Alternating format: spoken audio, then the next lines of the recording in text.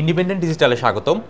দর্শক, আজ আমরা কথা বলবো ইসরায়েলের হামলা নিয়ে। ইসরায়েল সবশেষ ইয়েমেনে হামলা চালিয়েছে লেবাননের পরে। এই সব বিষয় নিয়ে কথা বলার জন্য আমি আছি সুপ্রিয় শিকদার, আমার সঙ্গে আছে ইন্ডিপেন্ডেন্ট ডিজিটালের নির্বাহী সম্পাদক সেলিম খান। সেলিম খান, আপনাকে স্বাগতম। ভালো আছেন? সেলিম খান, জানেন যে আমরা দেখেছি যে গাজার পর লেবাননে একটি হামলা হয়েছে। গতকালকে 105 জন মারা গেছে। আসলে আবার কি নতুন করে যুদ্ধ পরিস্থিতি তৈরি হচ্ছে কিনা?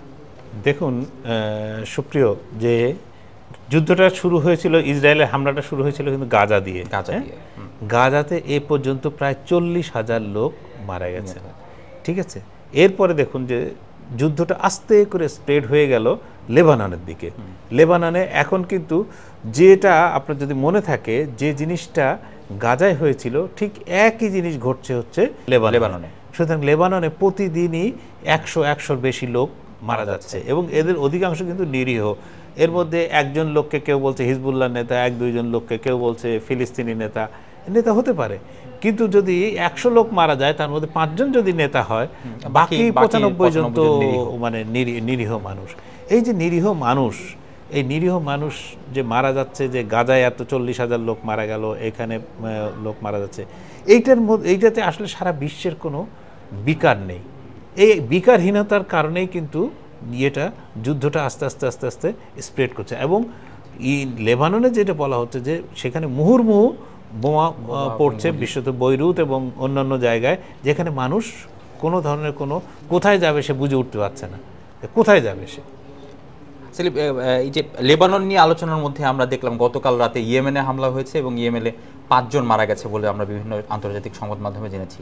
আসলে মানে যুদ্ধটা কিংবা হামলাটা কোন দিকে যাচ্ছে? খুবই গুরুত্বপূর্ণ একটা বিষয় আপনি বলছেন, যে যুদ্ধটা যে সম্প্রসারিত হচ্ছে, বাড়ছে, তার পরিধি যে বাড়ছে, যেটা দেখেন গাজার মতো একটা ছোট স্ট্রিপ, যেটা প্রায় ইসরায়েলের কুক্ষিগত একটা এলাকার, মানে সেই এলাকা থেকে আস্তে আস্তে এর পরিসর যে ক্রমে বেড়ে যাচ্ছে, সেই জায়গাটা কিন্তু খুব ইম্পর্টেন্ট। আপনি ইসরায়েল এখনো পর্যন্ত হামলা চালাতো কোথায়, আপনাকে সেটা মনে রাখতে হবে। একটা হচ্ছে যে ফিলিস্তিনিদের অধিকৃত পশ্চিম তীর গাজা, এরপরে লেবাননের হিজবুল্লাহদের উপর মাঝে মাঝে তারা বোমা ফেলতো, এরপরে সিরিয়ার কিছু অংশে বোমা ফেলতো, যেটা ধরেন প্রত্যেকটা অংশই কিন্তু ইসরায়েলের সারাউন্ডিংস, মানে ইসরায়েলের সীমান্তবর্তী এলাকাগুলোতে বা তাদের ভেতরকার এলাকাগুলোতে। এই প্রথম ইসরায়েলি হামলা চালালো হচ্ছে ইয়েমেনে। ইয়েমেন কিন্তু ইসরায়েল থেকে 1000 মাইল দূরে। আচ্ছা, তার অর্থ হচ্ছে যে 1000 মাইল দূরে বিমান হামলা সেখানে চালানোটা কিন্তু এত সোজা কিছু না। এর অর্থ হচ্ছে যে ইসরায়েল ইতিমধ্যে বুঝে গেছে যে যুদ্ধটাকে কিভাবে বাড়াতে হবে, কিভাবে তার মানে নিরাপত্তা নিশ্চিত করার নামে হোক বা যেভাবেই হোক, তাদেরকে এই জিনিসটাকে কোথায় নিয়ে যেতে হবে। কারণ ইয়েমেনের হামলা এ পর্যন্ত কিন্তু ইয়েমেনে কখনো এইভাবে হামলা হয়নি। ইয়েমেনের বন্দরে হামলা হয়েছে, ইয়েমেনে আপনার বিদ্যুৎ উৎপাদন কেন্দ্রে হামলা হয়েছে, ফলে খুব বেছে বেছে হামলা করা হচ্ছে। এবং এই হামলা সম্প্রসারণ প্রমাণ দিচ্ছে যে এটা আরও বড় আকার ধারণ করতে পারে এবং সবাই সেই ধরনের আশঙ্কার মধ্যে কিন্তু আছেন বিশ্ব। সেলিম খান, আপনি হিজবুল্লাহর কথা বলছিলেন। আমরা যদি কয়েকদিনের সংবাদ দেখি, হিজবুল্লাহ প্রধান যে নাসরুল্লাহ, ওনাকে মেরে ফেলা হয়েছে এবং ইরান দাবি করছে ইসরায়েলের হামলায় তিনি মারা গেছেন এবং ইরান থেকে বলা হচ্ছে যে এর শক্ত জবাব দেওয়া হবে।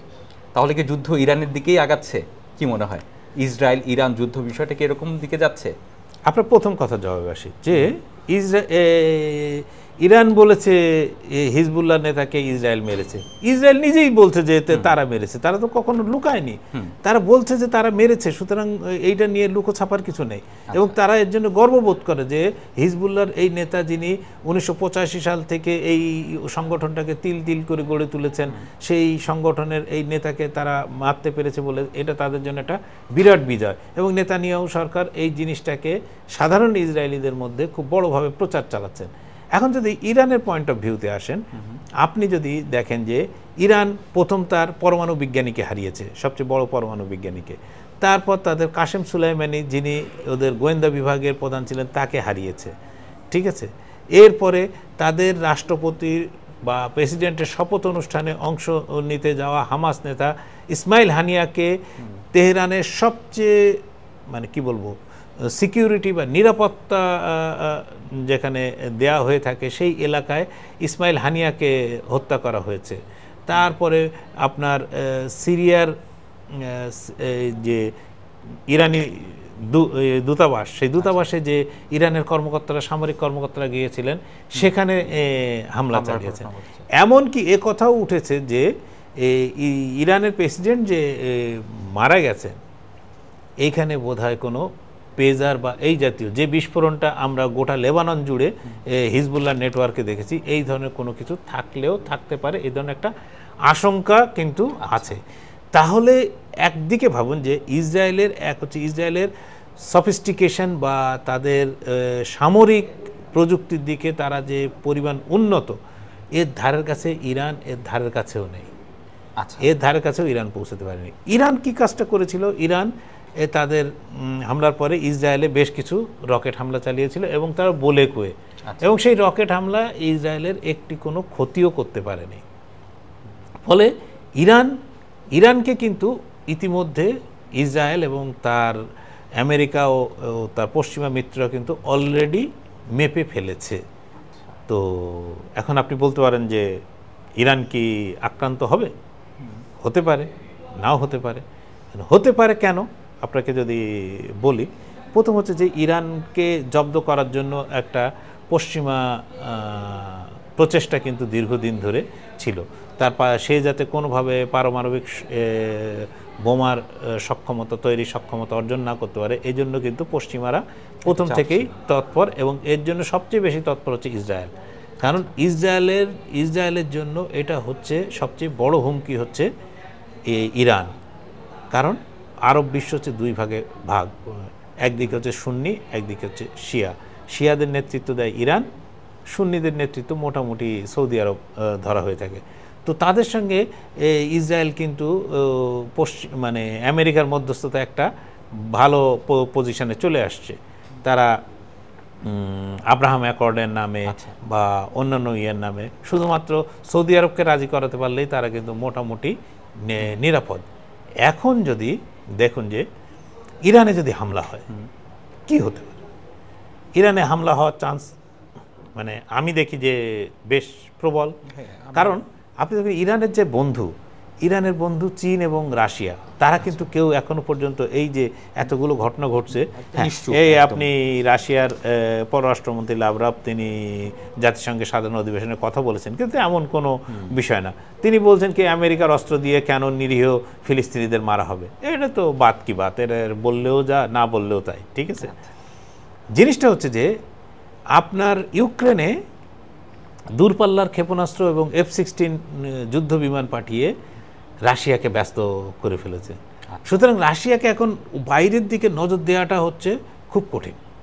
আপনি চীনকে বিভিন্ন জায়গায় তাদের ফরেন ইনভেস্টমেন্ট FDI সবচেয়ে গত মাসে ছিল সবচেয়ে সর্বনিম্ন, মানে গত 3 দশকের মধ্যে 30 বছরের মধ্যে সর্বনিম্ন। চীনের ক্ষেত্রে তাইওয়ান নিয়ে একটা উত্তেজনা চালাচ্ছে, দক্ষিণ চীন সাগরে আমেরিকা একটা খেলা খেলছে। ফলে চীনও যে পুরোপুরি ইরানের সমর্থনে এগিয়ে আসবে এরকমও কিন্তু নাই। তাহলে কিন্তু তারা বিবৃতি বা আরও কিছু কাজ করতো। এর আগে কিন্তু যখনই আপনার মনে আছে হয়তো যে মধ্যপ্রাচ্যে যখন গোলমাল শুরু হলো, এই ইসরায়েল যখন গাজায় আক্রমণ শুরু করলো, তখন আমেরিকা তার বিমানবাহী রণতরী পাঠালো। চীনও কিন্তু সঙ্গে সঙ্গে তার রণতরী পাঠিয়েছিল মিডল ইস্টে। এখন ধরেন একদিকে রাশিয়াকে চুপ করিয়ে রাখলো, একদিকে চীনও মোটামুটি ঠান্ডা। তাহলে এটি তো হচ্ছে ইরানকে জব্দ করার সবচেয়ে মোক্ষম সুযোগ বলে অন্তত আমি যতটুকু বুঝি তাতে আমার মনে হয়। এখন এটা যদি না হয়, এটা হলে সারা বিশ্ববাসীর জন্য খারাপ। কারণ মানুষ এখন আর এককভাবে কিছু নেই, মানুষ হচ্ছে একটা গ্লোবাল পিপল, যেটা বলি মানুষ উপরে নির্ভরশীল। যে ইউক্রেনে হামলার পরে আমাদের এখানে সব জিনিসের দাম বেড়েছে একটা, সেই কারণে না হলে আমি খুশি হব। কিন্তু এখনো পর্যন্ত পশ্চিমাদের যে স্ট্র্যাটেজি, সেই স্ট্র্যাটেজিতে আপনার ইরানের সামনে সমূহ বিপদ বলে অন্তত আমি মনে করি। আর ইসরায়েলের ক্ষেত্রে যদি দেখেন, ইসরায়েল একাধিক ফ্রন্ট খুলে ফেলেছে। প্রথমে গাজা, তারপরে হিজবুল্লাহ লেবানন, তারপরে ইয়েমেন, এরপরের আপনার ফ্রন্ট হতে পারে মেবি ইরান। কারণ তারা মনে করে যে ইরানই হচ্ছে এদের সকলের শক্তির বা ক্ষমতার উৎস হচ্ছে ইরান। এরা যে রকেট, এরা যে ক্ষেপণাস্ত্র, এরা যে ড্রোন, যে হামলায় চালাক না কেন সবগুলো সাপ্লাই ইরান থেকে আসে। সেলিম খান, আপনি যেমনটি বলছিলেন যে আমরা আসলে নির্ভরশীল হয়ে গেছি একজন আরেকজনের উপর, সেই জায়গাটা থেকে যুদ্ধ আসলে আমাদের কারোই চাওয়া না। আপনার কাছে কি মনে হয় দ্রুতই কি আমরা যুদ্ধ পরিস্থিতি থেকে বের হতে পারবো? বৈশ্বিক যে যুদ্ধ পরিস্থিতি চলছে, এইটা ঠিক মানে প্রেডিকশন করা অন্তত আমার মতো লোকের জন্য একটু বোকামি হবে। কারণ আপনাকে প্রথম জিনিসটা বুঝতে হবে যে বিশ্ব এক ধরনের একটা পরিবর্তন চলছে। পরিবর্তনটা কি? দ্বিতীয় বিশ্বযুদ্ধের পরে একটা ওয়ার্ল্ড অর্ডার তৈরি করা হয়েছিল যে বিশ্বটা কীভাবে চলবে। যেরকম ধরনের এর অনুষঙ্গ হচ্ছে জাতিসংঘ, আচ্ছা, এর পার্ট হচ্ছে বিশ্ব ব্যাংক, এর পার্ট হচ্ছে IMF, এর পার্ট হচ্ছে ADB, এর পার্ট হচ্ছে এর আগে প্রথমে ছিল গ্যাট, GATT মানে general agreement on trade and tariff, তারপরে সেটা এখন হয়েছে WTO। ঠিক আছে, এগুলোকে দিয়ে বিশ্বকে মোটামুটি একটা পশ্চিমা পুঁজিবাদী এই যে সমাজ, আমেরিকার নেতৃত্বাধীন, তারা একটা সুন্দর ইয়েতে নিয়ে আসছিল। সুন্দর মানে তারা একটা সিস্টেমে নিয়ে আসছিল। এই সিস্টেমটার মধ্যে দেখেন যে হঠাৎ করে চীনের উত্থান, ভারত এগোচ্ছিল, রাশিয়া এই এত প্রতিবন্ধকতার মধ্যেও কিন্তু রাশিয়ার পার ক্যাপিটা ইনকাম বেড়েছে। আপনি সাউথ আফ্রিকা উঠে আসছে, তারা ব্রিক নামে, ব্রাজিল উঠে আসছে, তারা ব্রিক নামে সংগঠন গড়ে উঠছে। ফলে পশ্চিমাদের এখন একটা দায় পড়েছে যে নতুন একটা ওয়ার্ল্ড অর্ডার তৈরি করতে হবে। এই ওয়ার্ল্ড অর্ডারের জন্য যুদ্ধ লাগবে না পারমাণবিক যুদ্ধ লাগবে না কি হবে, সেটি হচ্ছে সবচেয়ে ভয়ের বিষয়। তো আমি সবসময় মনে রাখি যে আইনস্টাইনের ওই কথাটা যে মানুষের তৃতীয় বিশ্বযুদ্ধ হবে, যেটা দিয়েই হোক না কেন, যদি তৃতীয় বিশ্বযুদ্ধ হয় তাহলে মানুষ চতুর্থ বিশ্বযুদ্ধ করবে সেই ঢিল, পাটকেল আর লাঠি দিয়ে, কারণ তার কাছে আর লড়ার মতন কিছু থাকবে না। ধন্যবাদ সেলিম খান। দর্শক, আজ এ পর্যন্তই।